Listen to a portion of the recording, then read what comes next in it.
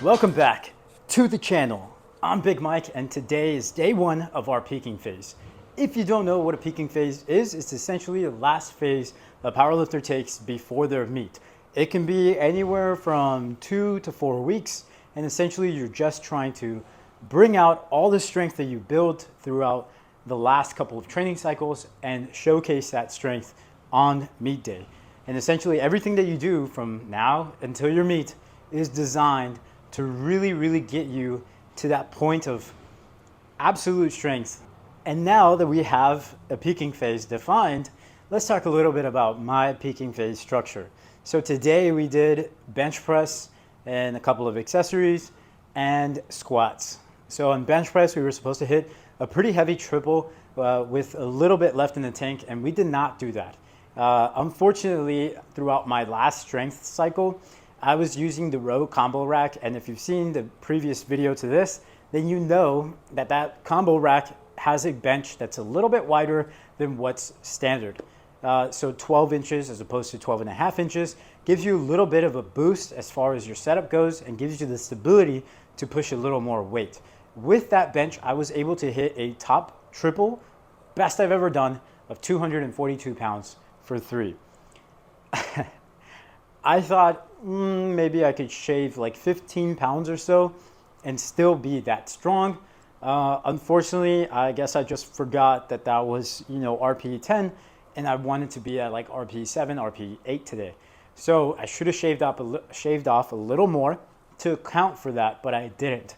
I hit 225 for three times, and each time was pretty similar except for the first time. The first time was slow, and I felt like I didn't have a lot of power.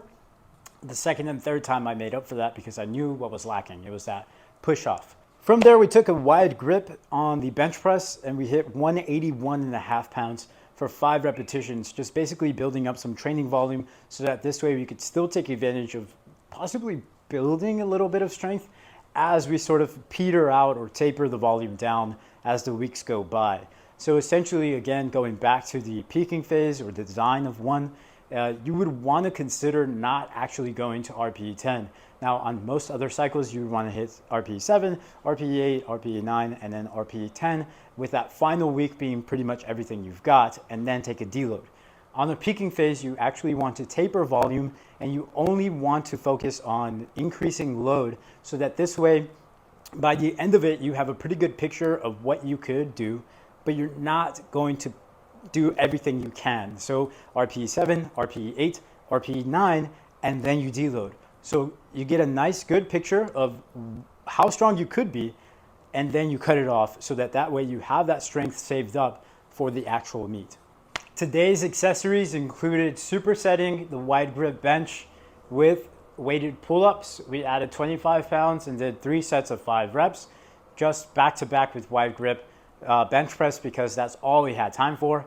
And then we hit a couple of sets of lateral raises for 10 repetitions because you still want to get a little bit of volume on the accessory muscularity, but not too much, just a little bit. And of course, this volume will also taper or completely go away by the end of your peaking phase.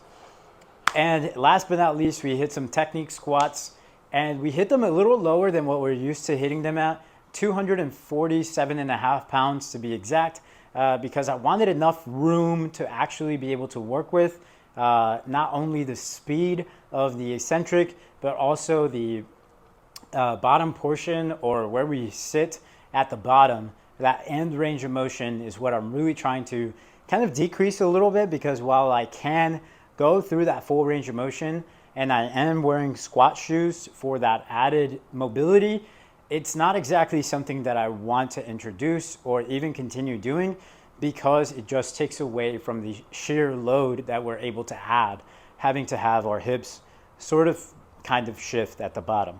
So we're trying to cut back on that depth. We're trying to hit just below parallel and shoot right out of the hole as fast as possible.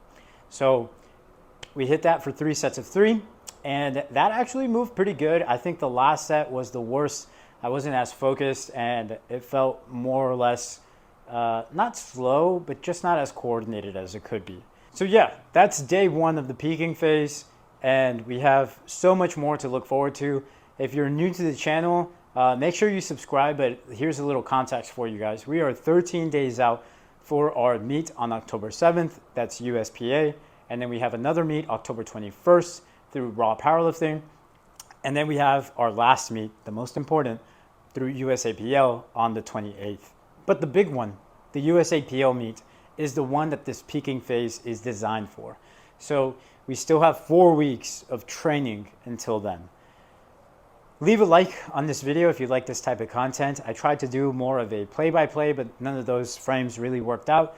Hopefully this is a sustainable approach, because I'd like to make another video on my squat day and my deadlift day, and maybe even my secondary bench day. And that's it. Comment down below what you guys would like to see next, if it's an equipment review or more training recaps, and subscribe to the channel. I will see you guys in the next flex.